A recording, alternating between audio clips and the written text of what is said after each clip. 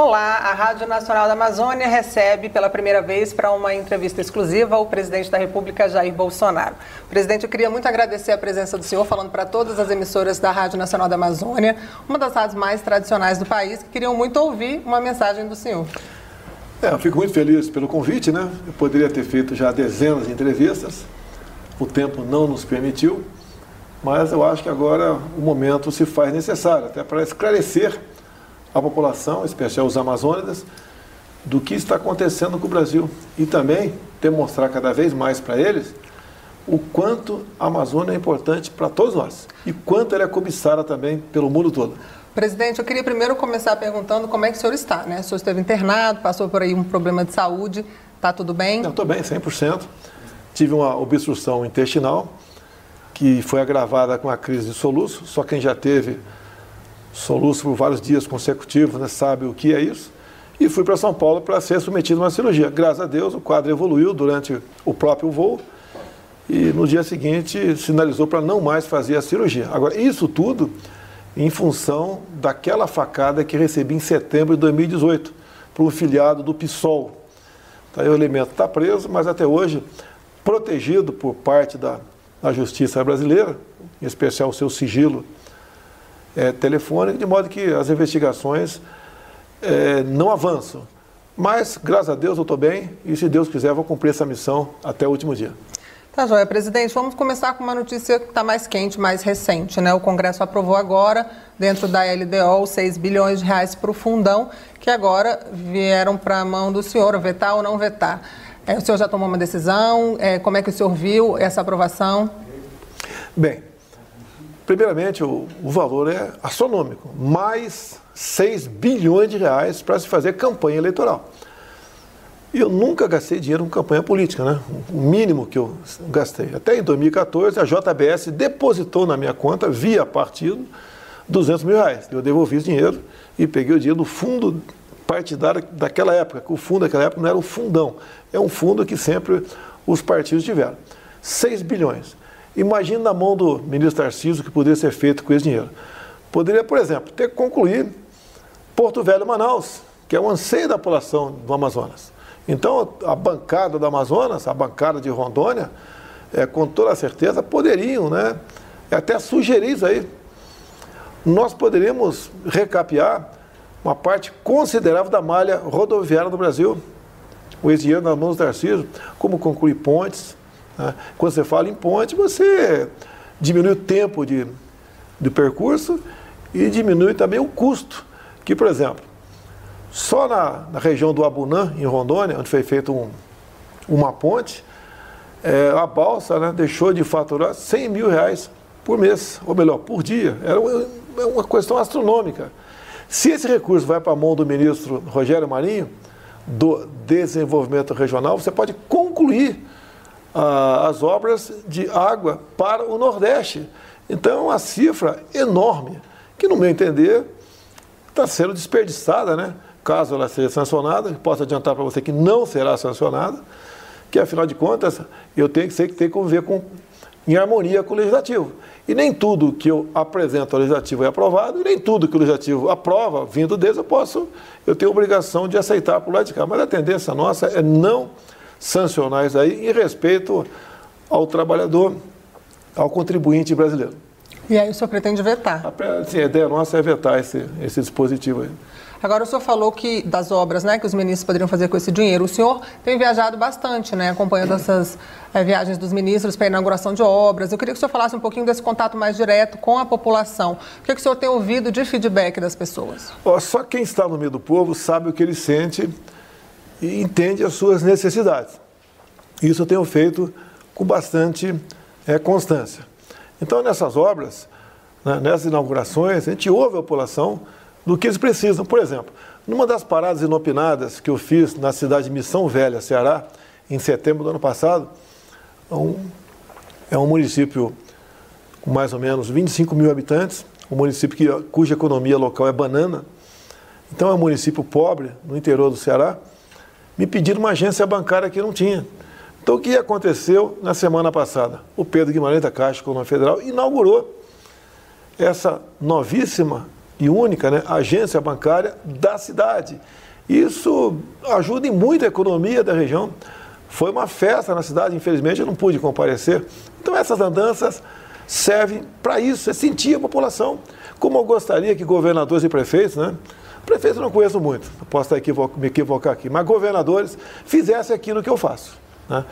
E realmente, ao sentir a necessidade da população, poderia mudar alguma coisa da sua forma de administrar o Estado. Por exemplo, pandemia.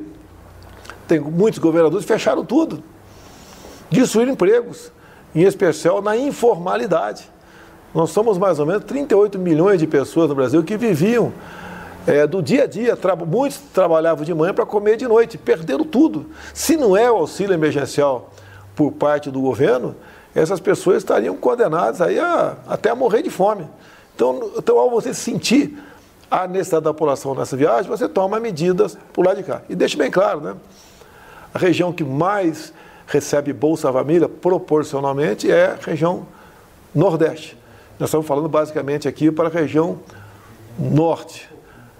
Agora, uma região Norte também é uma área com em torno de 25 milhões de pessoas que vivem na Amazônia que necessitam do apoio do governo. E nós fazemos a nossa parte. E nós gastamos de auxílio emergencial em 2020 mais que 10 anos de Bolsa Família.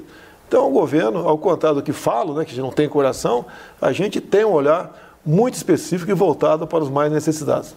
Agora, presidente, o senhor falou da pandemia, que eu acredito que o senhor nunca imaginou, acho que o mundo, né, que enfrentaríamos um momento como esse que foi o surgimento da Covid-19. E o senhor acabou tendo que também mudar totalmente os planos, né? Eu acredito que o senhor tinha para o seu mandato. Eu queria que o senhor primeiro falasse um pouco sobre isso, que apesar dessa mudança, alteração de plano do governo, agora a economia já dá sinais de retomada e da importância que foi também o auxílio emergencial. O senhor prorrogou o auxílio, esse contato pessoalmente com as pessoas também ajudam nessa questão? Olha, vamos precisar prorrogar o auxílio emergencial. Vai vir também aí um novo plano seria um novo Bolsa Família que o ministro João Roma anunciou também na Voz do Brasil. É por aí que o governo vai caminhando para essa retomada, que o Brasil já está retomando, se recuperando economicamente? Primeiramente, você pode ver, 2020 foi o ano da pandemia, né, de março a dezembro. Nós terminamos dezembro com mais empregos formais do que dezembro de 2019. Isso é um sinal que a economia trabalhou nesse sentido, né? Trabalhou para evitar que milhões de empregos fossem destruídos. No tocante aos informais, como você disse aí, nós trabalhamos com o auxílio emergencial, num primeiro momento, 5 parcelas de R$600. Ajuda. Agora, cada parcela mensal equivalia ao endividamento mensal por parte do governo de quase 50 bilhões de reais. Então, o auxílio emergencial pode ser pouco para quem recebe, mas é muito para a União, para o Brasil. E nós temos que ter essa responsabilidade fiscal. E a economia tratou dessa questão. Bem, prorrogamos agora por mais 3 meses o auxílio emergencial. Pretendemos, em novembro, já ter um novo Bolsa Família, né? O valor será, no mínimo, R$300. Hoje em dia, a média do Bolsa Família equivale a R$192. Vamos passar isso para R$300. É um pouco mais de 50% de reajuste. Esse dinheiro vem de onde? Vem dos pagadores de impostos, que eu tenho que ter responsabilidade com esse dinheiro. Gostaria de dar mais. Agora, paralelamente a tudo isso, também tivemos a questão da inflação.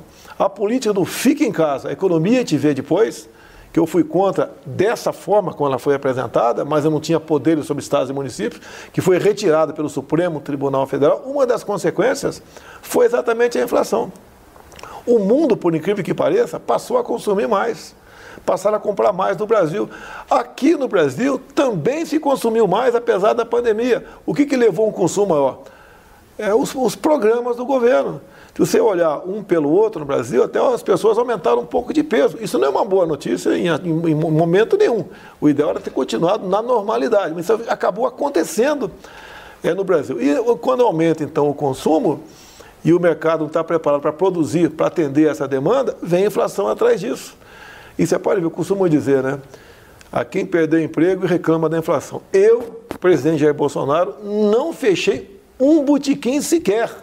Sempre falei que a questão da economia e do vírus, né, a doença, você tinha que ter cuidado com essas coisas. Você tem que evitar o desemprego. Você tem que combater o vírus. A minha política de combate ao vírus seria muito parecida à do prefeito Lara, de Bagé, que praticamente não fechou o seu município e é um dos municípios que menos sofreu no tocante ao número de mortes por 1 milhão de habitantes. Essa seria a nossa política. Mas a partir do momento que o Supremo decidiu que governadores e prefeitos aqui tratariam dessa questão no final da linha, eu fiquei com as mãos atadas. Agora, não deixei em momento nenhum em falar para a população as decisões que eu tomaria no tocante à Covid. Eu te pergunto, o protocolo Mandetta, foi o primeiro-ministro nosso da Saúde, o que ele recomendava? Você com Covid, vá para casa, quando estiver sentindo falta de ar, vá para o hospital. Eu perguntei para o Mandetta, tá bom, ele vai ficar em casa, esperando sentir falta de ar. Vai para o hospital para fazer o quê? Para ser entubado? O tubo agora passou a ser um remédio? Será que não tem alternativa? Temos que procurar no mundo alternativas. Não tem, até hoje em dia, remédio com comprovação científica. Assim como o chá da minha vovó, que eu já tomei, não tinha comprovação científica.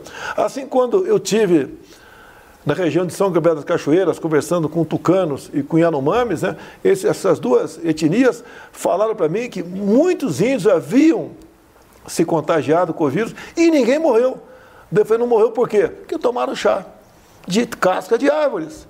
Ninguém está recomendando chá de casca de árvore aqui. Se bem que, se nós estivéssemos estudando a nossa biodiversidade, quem sabe da floresta viesse cura para alguma coisa. Porque esses seres humanos que estão lá sobreviveram ao longo de milhares de anos. E a minha política em si era completamente diferente da do Mandetta. Tá? Agora, apareceu no Brasil, sim, em conversas com autoridades sanitárias, com embaixadores que estão em outros países, por que está morrendo menos gente? Apareceu a hidroxicloroquina. Eu tomei hidroxicloroquina, no dia seguinte estava bom. Milhões de pessoas tomaram no Brasil isso ou ivermectina. Agora, por que ela foi demonizada, satanizada? No meu entender, porque o lobby da indústria farmacêutica falou muito alto no Brasil. Como agora, conversei com o ministro Queiroga e falei para ele estudar a proxalutamida. Porque todo mundo está anestesiado no Brasil. Se você fala qualquer coisa que estaria dando certo em outro país qualquer, rapidamente você é satanizado. Devemos focar apenas na vacina? Não, a vacina sim, mas não apenas na vacina. Afinal de contas, a vacina tem dado mostras, né, em algum lugar no mundo, tipo de vacina, que ela não te protege. Então a questão do tratamento precoce, o tratamento inicial, você tem que procurar um médico e buscar alternativas. Se for para esperar sentir falta de ar e ser entubado, a tua chance de sobrevivência diminui bastante. E nós queremos salvar vidas. Agora, falando sobre vacina, presidente, o Brasil vem se consolidando como um dos países que mais vacinam no mundo e o senhor sempre disse que disponibilizaria as vacinas que fossem aprovadas pela Anvisa. Quais foram os cuidados tomados pelo governo nesse processo? Olha, tirando os países que fabricam vacinas, são 4, o Brasil é o país que mais vacinou no mundo. Hoje em dia nós já distribuímos mais de 150 milhões de doses. Nós vacinamos com a primeira dose mais de 100 milhões de pessoas. O Brasil está na frente. E quem distribui a vacina é o governo federal. Não tem um centavo de governador ou prefeito. Governador ou prefeito está dizendo que está ele distribuindo a vacina porque ele conseguiu, está mentindo. Como, por exemplo, o governador do Maranhão, que a gente vê vídeos dele mentindo sobre isso. Nós não queremos ter a paternidade de tudo, mas queremos a verdade do que acontece. Se não é o governo federal tratar lá atrás da questão da vacina com o ministro Pazuello, hoje nós estaríamos aqui ainda com uma quantidade, né, bastante pequena de vacinados e temos hoje em dia mais da metade da população acima de 18 anos vacinada. Orgulho do Brasil. Eu peço a Deus que a vacina dê certo. O governo também tem auxiliado estados e municípios com envio de recursos, abertura de leitos de UTI, compra de insumos. Eu queria que o senhor comentasse sobre também este apoio que o governo federal tem dado a estados e municípios. Olha, nós colaboramos com tudo no tocante a recursos para estados e municípios. Nós gastamos no ano passado, no total, no Brasil, nos endividamos 700 bilhões de reais. É dinheiro que foi para estados e municípios, uma parte considerável para tratar das pessoas com o Covid. Infelizmente, essa CPI que está andando aqui no Parlamento não investiga corrupção deslavada praticada por alguns governadores e prefeitos. Como, por exemplo, nós temos a questão do consórcio do Nordeste, são 9 estados do Nordeste, né? Só numa ação do senhor Carlos Gabas, que é o executivo do consórcio do Nordeste, foram 48 milhões de reais que sumiram. Ele comprou respiradores e não recebeu nada, né? Comprou inclusive uma casa de maconha. E a CPI não quer investigar isso aí. Se a CPI estiver fazendo um trabalho sério, estará colaborando, né, a inibir a corrupção e também a combater os efeitos maléficos da Covid. Então, estados e municípios, nós rolamos dívidas, nós aí conseguimos até empréstimo para alguns municípios, foi possível, obtiveram recursos na ponta da linha para aplicar em hospitais, ganharam indiretamente com o auxílio emergencial, porque aumentou a compra de bens, né, de consumo nos estados, isso aumentou a arrecadação de ICMS.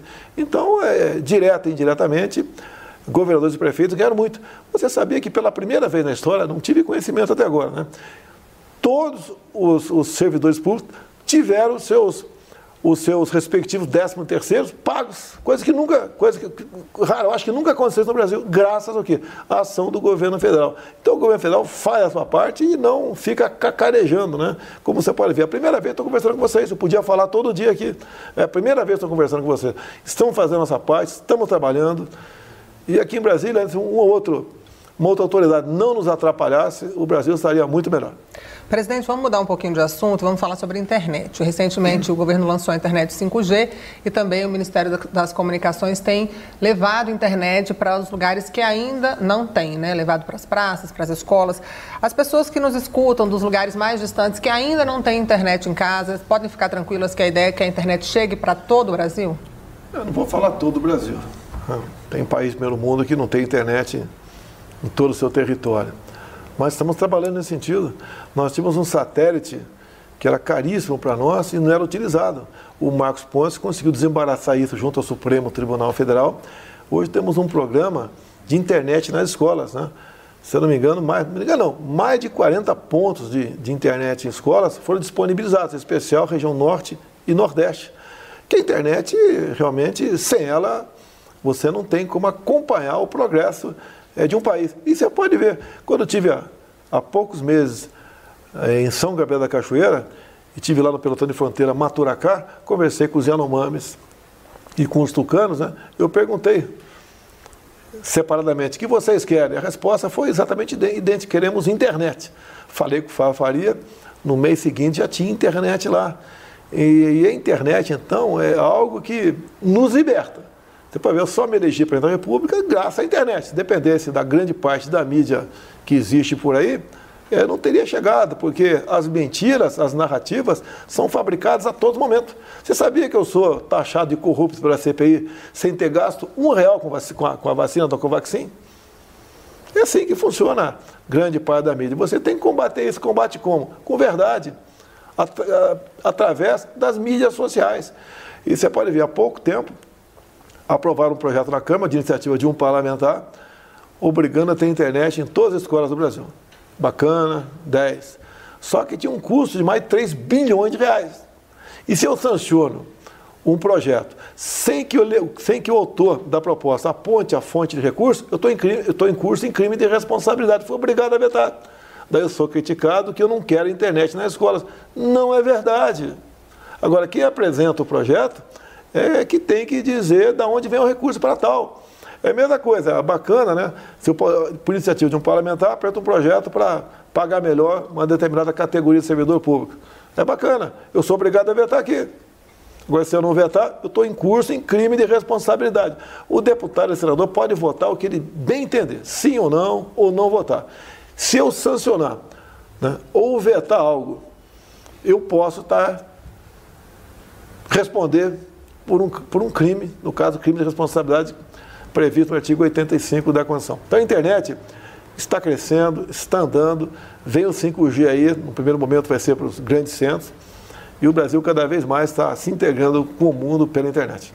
Presidente, para finalizar, eu queria que o senhor desse um recado para o pessoal da Amazônia, né? A Rádio Nacional da Amazônia chega, tem um alcance enorme, chega até no Japão, nossas ondas de rádio, e a gente tem um público muito fiel lá, e eu queria que o senhor falasse especificamente para eles. Amazônia, né? A nossa região amazônica é maior que a Europa Ocidental. É uma área enorme. Lá acontece ilícitos também. Por exemplo, quando se fala em queimadas, uma parte considerável é o caboclo ou indígena que toca fogo na sua roça todo ano. E nós somos massacrados pela mídia internacional e pela mídia nacional também, mas de forma covarde. Tá? Nós tentamos, no final de 2020, aprovar um projeto de regularização fundiária. Fomos boicotados pelo presidente da Câmara naquela época, né?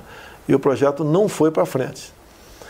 Estamos agora em negociação com a nova mesa diretora e está avançando bastante isso aí.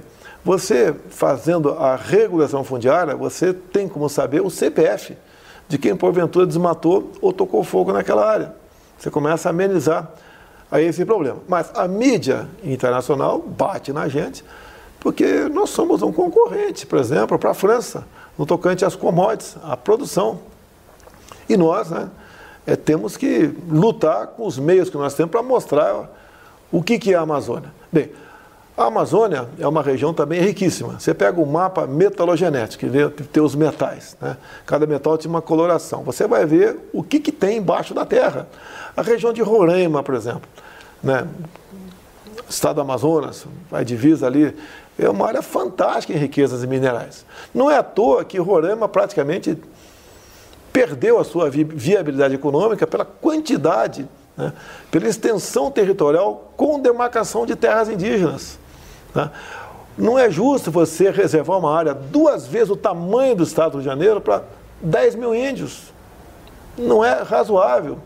Bem, agora por que essa ganância, né? Essa indústria de demarcação de terras indígenas que começou ali basicamente no início dos anos 90?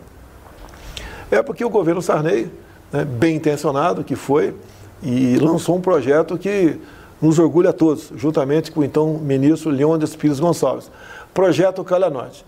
Era colocar pelotões de fronteira, né, na fronteira, obviamente, do Exército Brasileiro, com toda a infraestrutura, Caixa Econômica, Polícia Federal, IBAMA, FUNAI, para que você pudesse, então, a partir desses pelotões de fronteira, criar novas cidades, vivificar a fronteira.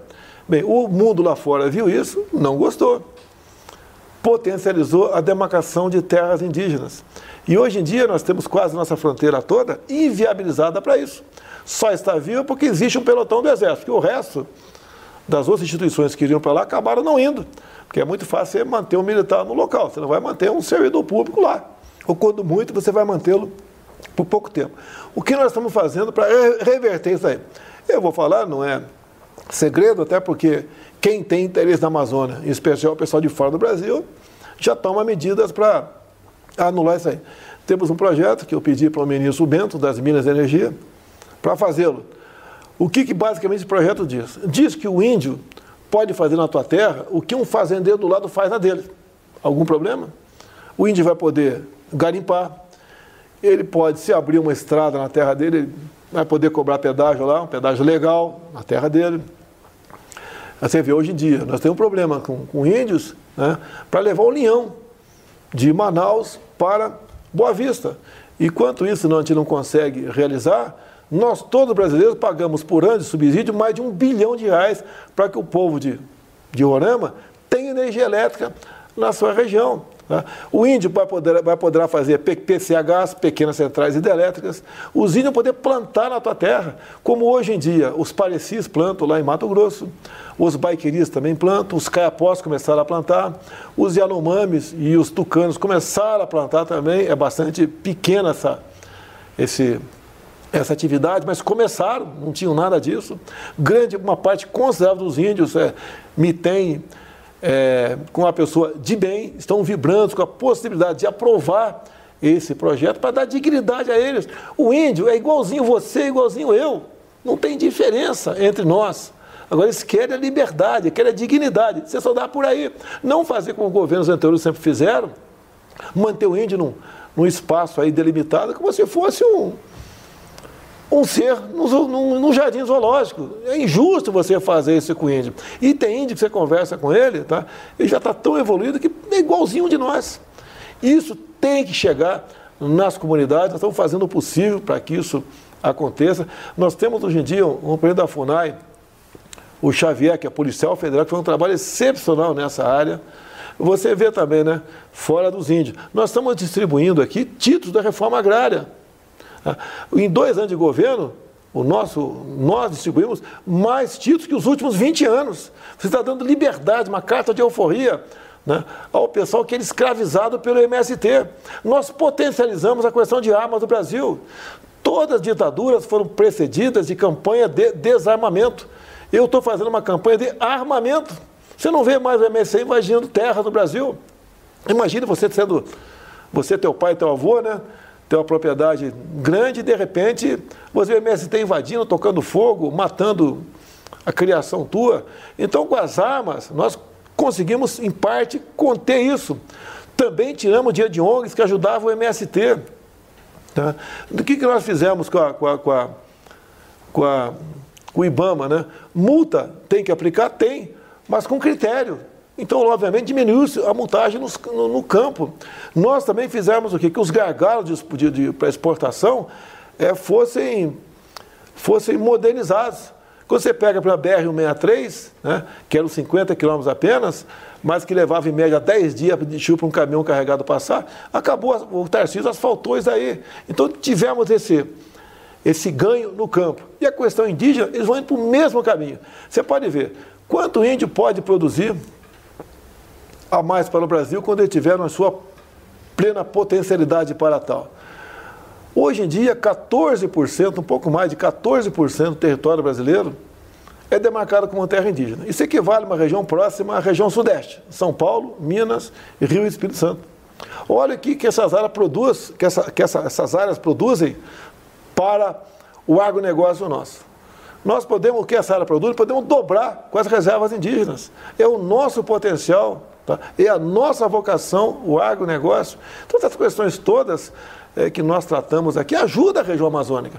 O ano passado chegou a ministra Tereza Cristina apavorada a conversar comigo. Presidente, nós queremos plantar cana-de-açúcar no estado do Amazonas. Ué, mas qual é o problema?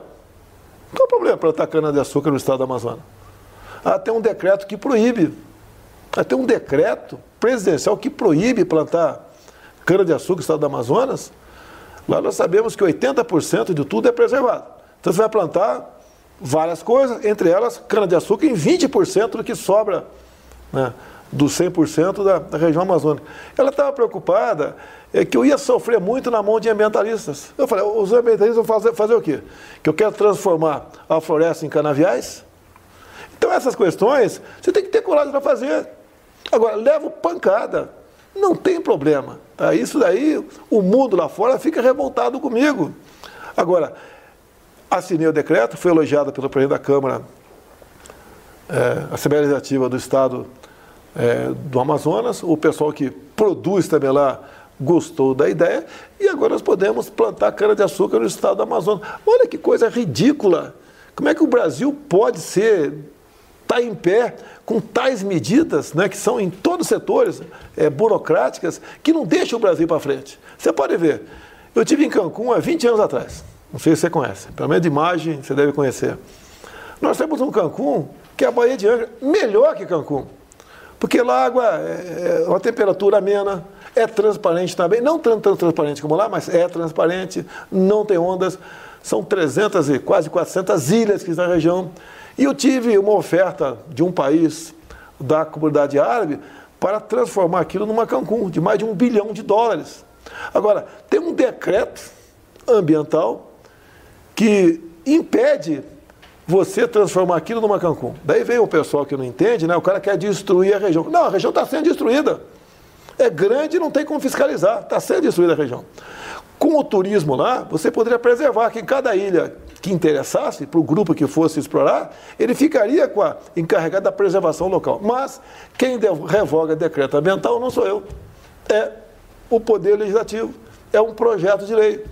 Agora, aprovar um projeto desse não é fácil, que os lobbies de dentro e de fora, contrário, são muitos. Agora, o Brasil podia estar crescendo. Entre você e gastar dinheiro em Cancún, ou um outro ponto qualquer do mundo, você poderia ir para a Baía de Angra e gastar o dinheiro nosso lá. E poderia receber muita gente de fora do Brasil também. Então, estamos conversando com o Arthur Lira, no primeiro momento, para ver se a gente apresenta um projeto considerando a região de interesse turístico e revogando esse decreto presidencial, se não me engano, é de 88. E podemos desenvolver a região. Você vai pegar Mangaratiba, Angra dos Reis e Paraty, por exemplo. Você vai potencializar economicamente aquela região. Já conseguimos ampliar o aeroporto de Angra, trabalho do Gilson Machado, nosso ministro do Turismo, e do Tarcísio também, que estão fazendo o possível. E assim fazemos, né, em todo o Brasil. O que nós queremos é melhorar o país. Agora, não é fácil você lutar contra grande parte de uma imprensa que não tem qualquer responsabilidade. Eu não tirei dinheiro da imprensa. Eu simplesmente gastei em outro local. Eu posso resolver o problema de deixar de ser acusado de genocida, obrigado aí, né? Deixar de sofrer tanto, se eu pegar Banco do Brasil, Caixa Econômica, BNDES, pessoal, cada um aí R$1 bi por ano para essas TVs, para a TV Globo. Pronto, resolveu o problema. Mas nós não vamos fazer isso. Nós estamos fazendo a coisa certa. E olha só, quando se fala em corrupção, posso continuar? Não? Pode, claro. Quando se fala em corrupção, né, se você pegar em governos anteriores, as estatais davam prejuízos de dezenas de bilhões de reais. Agora dão um lucro de dezenas de bilhões de reais. Você pega Itaipu Binacional, que investia por ano um pouco mais de 100 milhões, basicamente em projetos sociais, né, na região. O nosso governo investiu, o ano passado, 2,5 bilhões de Itaipu Binacional. Para onde está indo grande parte desse recurso? 2 pontes com o Paraguai. Uma já mais de 50% pronta, a outra, que é em próprio Foz do Iguaçu, a outra em Porto Murtinho, que sai do papel brevemente. Ampliamos o aeroporto de Foz do Iguaçu, que nas próximas semanas já começa a receber voos internacionais. Então, teve muita gente que, ao ser reativado o turismo, em vez de pousar na Argentina e vir para o Brasil, vai pousar no Brasil. Está na cara que ele vai usar a nossa rede hoteleira de lá, é mais recurso que entra para nós. Aproximadamente 40 cidades do noroeste do Paraná são atendidas por Itaipu Binacional. Os Correios, tão mal falados, né? Porque a grande corrupção começou lá, em 2004, né? Com o tal do mensalão. Né? Os Correios, que sempre deram pequenos lucros ou prejuízo, o ano passado deu lucro de R$1,5 bilhão de reais. Essa estatal que era usada, né, pela esquerda, quando estava no poder, em tudo. Só era corrupção ali. Inclusive, no tocante aos fundos de pensões, aos fundos de pensão dos Correios, que apostados, compraram na época papéis da Venezuela. Ou seja, é corrupção em cima de corrupção. Então, o nosso trabalho, toda vez que você mexe, que eu chamo num ninho de desmando como esse, que alguns que eu citei, muita coisa se volta contra a gente. Então é o tempo todo aquela acusação, né? Disso, daquilo. Apareceu mais uma narrativa agora contra a saúde, né? É uma atrás da outra. É gabinete paralelo, é cloroquina, é a Covaxin que não foi comprada. Tá? O encontro com empresários passou a ser crime, encontro com empresário no Brasil. Se bem que foi encontro fortuito aquele do ministro. Bem, o que interessa? Estou com consciência tranquila, estou fazendo o possível. Tá? O Brasil, em relação a outros países, é um dos que melhor, dos 5 países, é o 5º que melhor se comportou no período da pandemia e esse quase, se Deus quiser, pós-pandemia também. Então o Brasil está de parabéns, agradeço a minha equipe de atualmente 22 ministros, bem como os servidores públicos, têm nos ajudado e muito a vencer esse momento difícil para todos nós. Presidente, eu queria agradecer muito a sua disponibilidade de conversar aqui com a gente, com todas as emissoras da Rádio Nacional, e pedir para o senhor, se for possível, né, a gente queria abrir um canal de comunicação, de mandar perguntas, se o senhor puder responder mais para frente, a gente manda essas perguntas e o senhor responde o que a população mandar. Mas, de qualquer forma... Vamos falar uma vez por mês, pode deixar. Eu quero agradecer mais uma coisa, né, já que você falou de Amazonas, né, agradecer ao povo de Manaus, que eu não pude comparecer aos eventos oficiais de sexta-feira e tampouco, obviamente, aquele congressamento que é o passeio de moto no sábado. Mas ele acabou ocorrendo da mesma maneira. Eu quero agradecer ao grupo de motociclistas, ao povo de Manaus, ao meu amigo Coronel Menezes, que participou também dessa organização, e dizer que, se Deus quiser, né, no máximo em setembro nós estaremos em Manaus para esses eventos e para um passeio de motocicleta, se Deus quiser. Muito obrigada, presidente.